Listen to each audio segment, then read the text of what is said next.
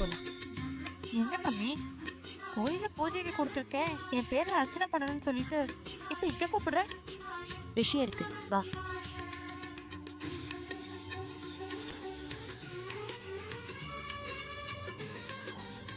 இதெல்லாம் என்னன்னு உனக்கு தெரியுதா? என்ன தெரியுமா தெரியாதா? நான் வம்சம் விருத்தியாகணும், நான் மலடிக்கிட்டேன், எனக்கும் குழந்தை பிறக்கணும் அப்படின்னு பல வருஷமா வேண்டிக்கிட்டு பல பெண்கள் கண்ணீரோட கட்ட தூக்கியது. இந்த மாதிரி எந்த வேண்டுதலும் இல்லாம எந்த ஏக்கமும் இல்லாம நீ குழந்தை விட்டா இருக்க. அப்படிப்பட்ட குழந்தைய ஏன் அழிக்கணும்னு நினைக்கிற? என்ன முறைக்கிற? டாக்டர் சரோஜா எனக்கு ஃபோன் பண்ணாங்க, எல்லா விஷயத்தையும் என்கிட்ட சொல்லிட்டாங்க.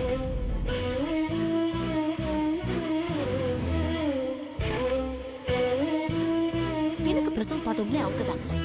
அவங்க ஹாஸ்பிட்டல்ல தான் நீ பிறந்த. அவங்கள மறந்துட்டு அவங்க கிட்ட போய் கருவை கலைக்கணும்னு நின்னுருக்க. என்ன மோகினி, என்ன இதெல்லாம்? இது பாரு, நான் கேக்குறேன்னு தப்பா நினைக்காத. Do you have any problem in this pregnancy? I mean, ஏதாவது தப்பா? நீ என்ன பத்தி என்ன நினைச்சிட்டு இருக்க? அப்புறம் என்னடா பிரச்சனை? எதுக்காக இந்த கருவை கலைக்கணும்னு நினைக்கிற? எனக்குன்னு லைஃப்ல சில லட்சியங்கள் இருக்கு. முதல்ல கதம்பம் ஃபுட் ப்ராடக்ட்ஸ் என் கைக்கு வரணும். அதுக்காக இது வரைக்கும் சித்ராவோட இடத்துக்கு தான் நான் வரணும்னு நினைச்சிட்டு இருந்தேன். ஆனா இப்போ பத்ரையோட இடத்துக்கு வரணும்னு நினைக்கிறேன்.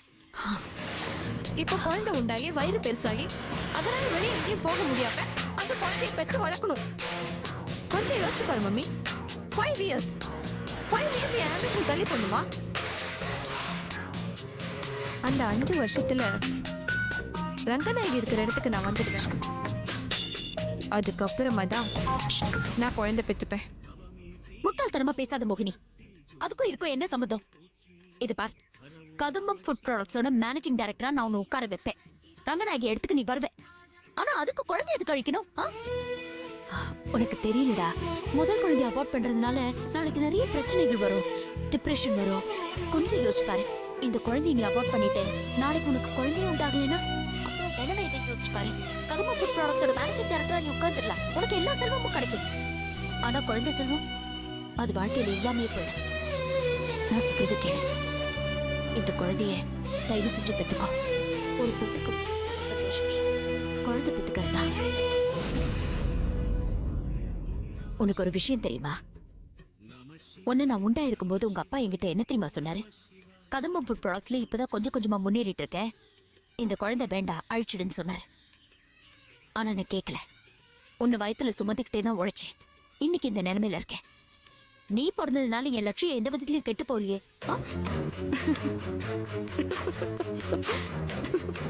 என்ன சிரிக்கிற? மம்மி, நீ ஒன்றும் ரங்கநாயகி போஸ்ட்ல இல்லையே, அவகிட்ட சம்பளம் தானே வாங்கிட்டு இருக்கேன். விதண்டாவாதமா பேசாத மோகினி. இது பாரு, உங்க அம்மா சொல்றேன், இந்த குழந்தைய அழிச்சிடாத. அப்படி நீ ஏதாவது பண்ண அப்புறம் கோவில் கோவிலா தொட்டில் கட்டி தான் திரிவேன். ஞாபகம். அது இல்ல மம்மி, நான் சொல்றத நீ கேளு.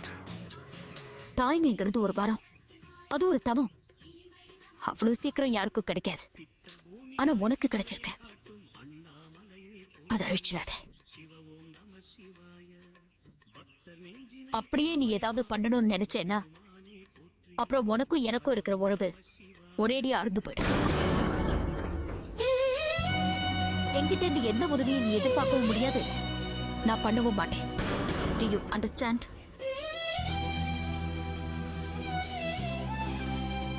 குழந்தை வேண்டான்னு ஃபீல் பண்ணணும், முதல்லயே ஜாகிரதையா இருந்து தொலைச்சிக்க வேண்டியதானே. இப்ப குழந்தை உண்டானதுக்கு அப்புறம் அதை கிடைக்கணும்னு நினைக்கிறது எந்த விதத்துல நியாயம்? பாவம், வயிற்றுல இருக்கிற அந்த குழந்தை என்ன பண்ணும்? இது பாரு, உனக்கு இன்ட்ரெஸ்ட் இல்லைன்னா அந்த குழந்தைய பத்தி என்கிட்ட கொடுத்தேன், நான் நல்லபடியா வளர்த்துக்கிறேன். அதை விட்டுட்டு அழிக்கிற கேட்கிறேன் பைத்தியக்கார முடிவுக்கெல்லாம் போகாத.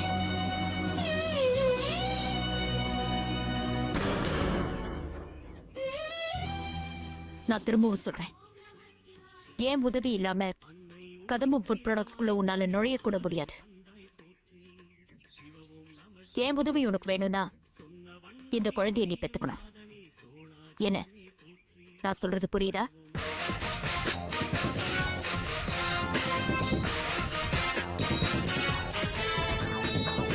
சரின்னு சொல்லு.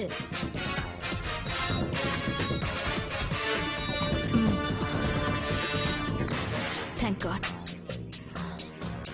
தேங்க்ஸ் மோகினி.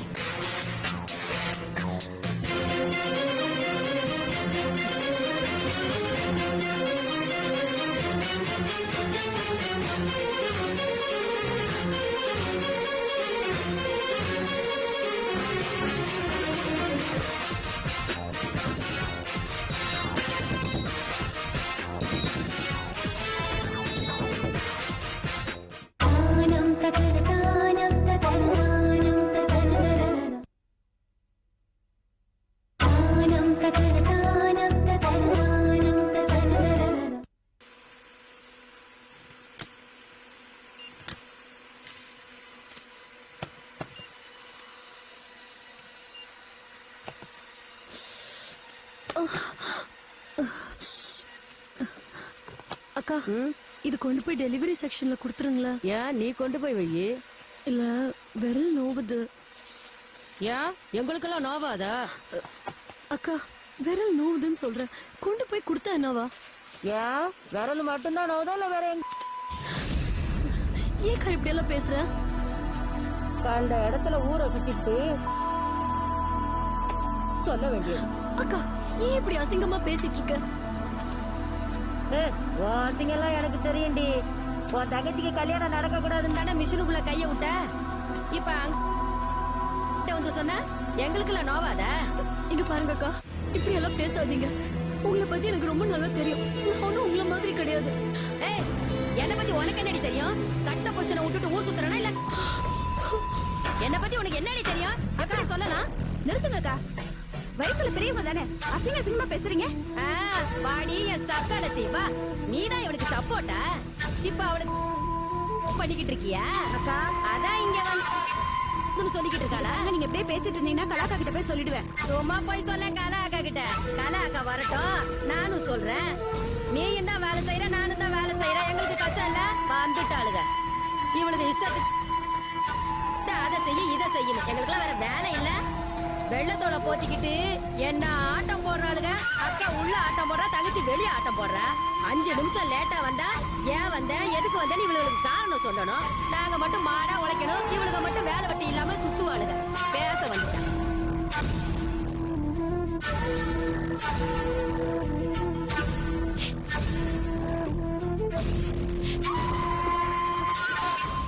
இங்கேயே மணிக்கிற அக்காவை பார்க்கணும். வருவாங்க, வெயிட் பண்ணி பார்த்துட்டு போ. நீ பாட்டுக்கு உள்ள போயிடாத. நான் மேனேஜர் கொடுத்துட்டு வருவேன். ஏ புஷ்பா, என்ன இங்க வந்து நின்னுட்டு இருக்க? என்னால வேலையை பார்க்க முடியலக்கா. மல்லிகா அக்காவும் சரோஜா அக்காவும் பேசுறத காது கொடுத்து கேட்க முடியல. என்ன வேற செக்ஷனுக்கு மாத்திடுங்கக்கா. நீ போ, நான் பாத்துக்கிறேன். நான் வரப்போ. நீ போ, இங்க நிக்காத. நீ கலா. வணக்கம் மேடம். ஏன் அழற? என்னாச்சு கலா? ஒண்ணும் இல்ல. நீ போமா, நான் வரேன்னு சொன்னேல. நீ போ, நான் வரேன். ஒன்னே இல்ல ரங்கா, கீழே வேலை பார்த்துட்டு இருந்தா இல்ல, அங்க 2 பேர் ஏதோ பேசிட்டு இருந்திருக்காங்க. சண்டை வந்திருக்கு. சின்ன பொண்ணு இல்லையா, அழுதுகிட்டே மேல வரா. இல்லப்பா, அதான் ஏன் சண்டைன்னு கேக்குறேன். அவங்க அவங்களுக்கு வேலை தனித்தனியா இருக்குல்ல. இதெல்லாம் நீ சரியா கவனிக்கிறது இல்லையா? ரங்கா, நான் கவனிச்சுட்டு தான் இருக்கேன். என் தலை தெரியற வரைக்கும் ஒழுங்கா வேலை பாக்குறாங்க. இப்படி என் தலை நகர்ந்ததும் அரட்டை அடிக்க ஆரம்பிச்சிடறாங்க. நான் என்ன பண்ணிட்டு சொல்லு? அதனாலதான் நான் கீழே இருந்து மேல வரதே இல்ல ரங்கா. இங்கதான் கலா, நீ பண்றது தப்பு. ஒவ்வொருத்தருக்கும் அவங்க வேலை முக்கியம், நீ உணர வைக்க வேண்டாமா? காலத்துக்கும் நீ என்ன அவங்க கூடவே இருக்க முடியும்? காலையில இருந்து ஒரே வேலையை செய்யறாங்களப்பா, போர் அடிக்குது. நடுநடுல பேசிக்குவாங்க. ஒரு பொண்ணு ஒண்ணு சொல்லுவா, இன்னொரு பொண்ணு இன்னொன்னு சொல்லுவா. இப்படியே வார்த்தைக்கு வார்த்தை பெருகி சண்டை ஆயிடுது. சாதாரண இடத்துல இருந்து வருவாங்க, இப்படிதான் பேசுவாங்க. படிப்பு வேற கம்மி. என்ன பண்றது சொல்லு? நாம தான் தட்டி கொடுத்து வேலை வாங்கணும். என்ன நீ என்ன பேசுற? வேலை செய்யறது போர் அடிக்குதா? ரங்கா, நீ ஒண்ணு புரிஞ்சுக்கணும். இப்போ இது பாரு, இவ்வளவு வந்து எடுத்து பாக்கெட்ல போட்டு வைக்கிறது, எடுத்து போட்டு வைக்கிறது, எடுத்து போட்டு வைக்கிறது. இப்படி காலையில 10 மணில இருந்து சாயங்காலம் 6 மணி வரைக்கும் நீ ஒரே இடத்துல நின்னு வேலை செஞ்சு பாரு. அந்த போர் என்னன்னு உனக்கு புரியும். இதெல்லாம் நீ கண்டுக்க கூடாது. நான் தான் பாத்துட்டு இருக்கேன்ல. நீ போ.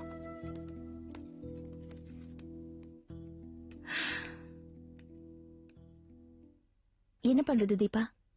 புஷ்பாவை செக்ஷன் மாத்திருவோமா? ஐயோ இல்ல இல்ல, பேக்கிங் செக்ஷன்ல இந்த மாதிரி பொண்ணு கிடைக்கிறது ரொம்ப கஷ்டம். ரொம்ப குயிக்கா பேக் பண்ணுவா. அது சரி, பட் இப்படி சண்டை போட்டுட்டு இருக்காங்களே, என்ன பண்றது? உன்கிட்ட வாக்மேன் இருக்கா? வாக்மேனா? எதுக்கு? கொஞ்சம் கூட. எதுக்கு வாக்மேன்? கொஞ்சம் கூட. சரி வா. அப்பா இவளுக்கு ஆட்டம் தாங்க முடியல.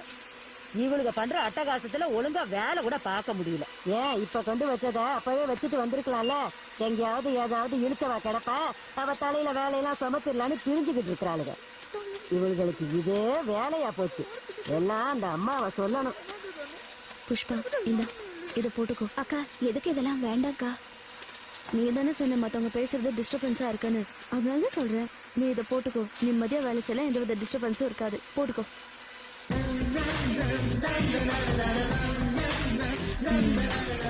பத்திரமா வச்சுக்கோ, நான் ஆன் பண்ணி வைக்கிறேன். கேக்குதா?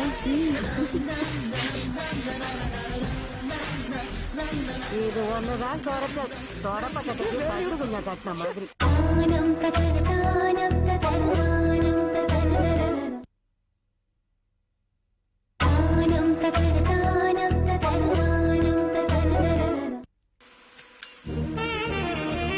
நாமதான் மாடு மாதிரி உழைக்க வேண்டியிருக்கு. இவங்க கைய வலிக்குது, காலை வலிக்குது, அங்க வலிக்குது, இங்க வலிக்குதுன்னு சொல்லி நடிச்சுக்கிட்டு இருக்காங்க. மூடிக்கொள்ள வேலையை பாக்குறீங்களா? வாய மூடி. என்ன தலை வழியா போச்சு.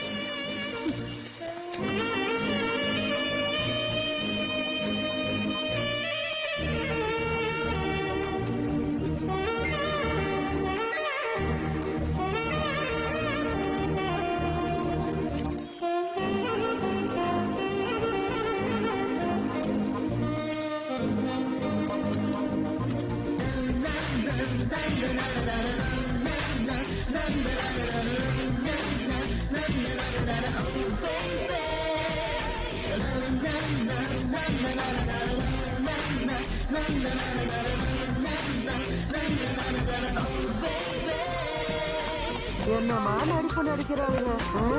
இந்த மாதிரி நமக்கு நடிக்க வருதா? ஒரு தலைவலி கால் வலினா நம்மளால உட்கார முடியுதா? இவளுகெல்லாம் நடிச்சே காலத்தை ஓட்டிடுறாளுங்க. பேசிட்டு இருக்கீங்க.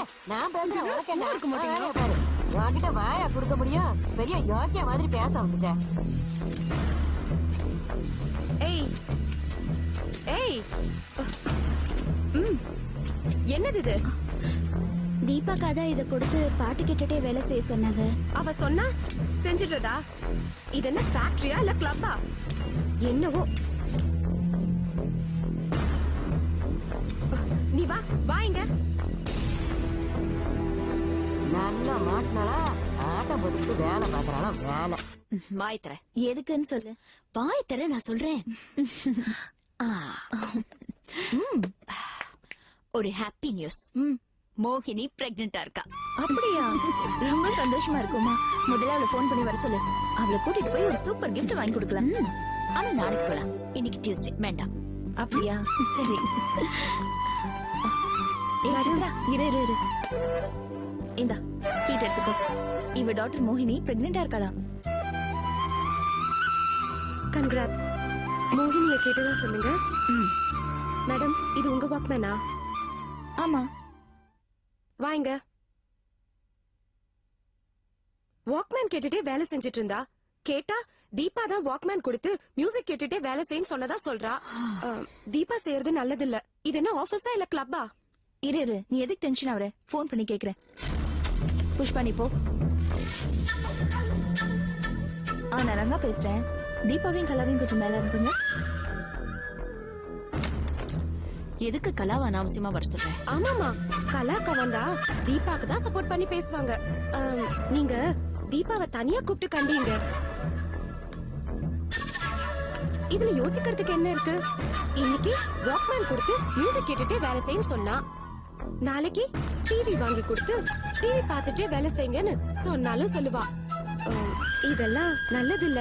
நாளைக்கு ஒர்க்கர்ஸ் எல்லாம் கூட சேர்த்துக்கிட்டு யூனியன் ஆரம்பிச்சா அவ்வளவுதான்.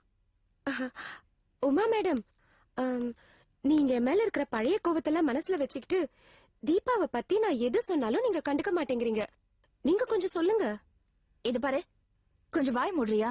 தேவையில்லாம ஏன் இந்த மாதிரி பாலிடிக்ஸ் பண்ணிட்டு இருக்க? நான் தான் கூப்பிட்டுருக்கல, வராங்கல்ல, கொஞ்ச நேரம் வெயிட் பண்ணு.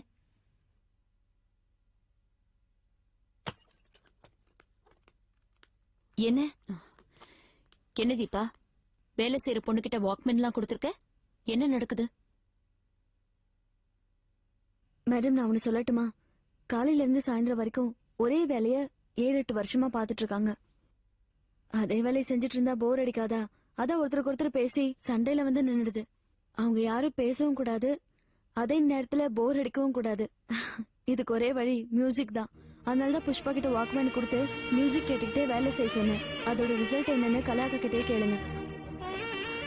ஆமா உமா, அந்த பொண்ணு புஷ்பா காலையில 10 மணில இருந்து சாயங்காலம் 6 மணி வரைக்கும் வெறும் 400 பேக்கெட் தான் பேக் பண்ணுவா. ஆனா இன்னைக்கு இப்போ மணி 4 கூட ஆகல, அவ மியூசிக் கேட்டுக்கிட்டே 500 பேக்கெட் பேக் பண்ணிருக்கா தெரியுமா? இதுல இருந்து என்ன தெரியுது? ப்ரொடக்ஷன் இன்க்ரீஸ் ஆயிருக்குன்னு தெரியுது. இசையோட மகிமையே அதான். பாட்டு கேட்டுட்டே வேலை செஞ்சா போரே அடிக்காது. அதான் ஆடி பாடி வேலை செஞ்சா அலுப்பு தெரியாதுன்னு சொல்லுவாங்க. இப்பெல்லாம் உலகம் முழுக்க ஆபீசஸ்ல, ஹாஸ்பிட்டல்ஸ்ல, டிபார்ட்மெண்டல் ஸ்டோர்ஸ்ல மியூசிக் கேட்டுக்கிட்டு வேலை செய்ய என்கரேஜ் பண்றாங்க.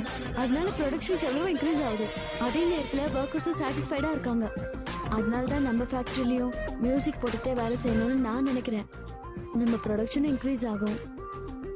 நீங்களே யோசிச்சு முடிவெடுங்க. எனக்கு கொஞ்சம் வேலை இருக்கு, நான் வரேன். தீபா, குட்.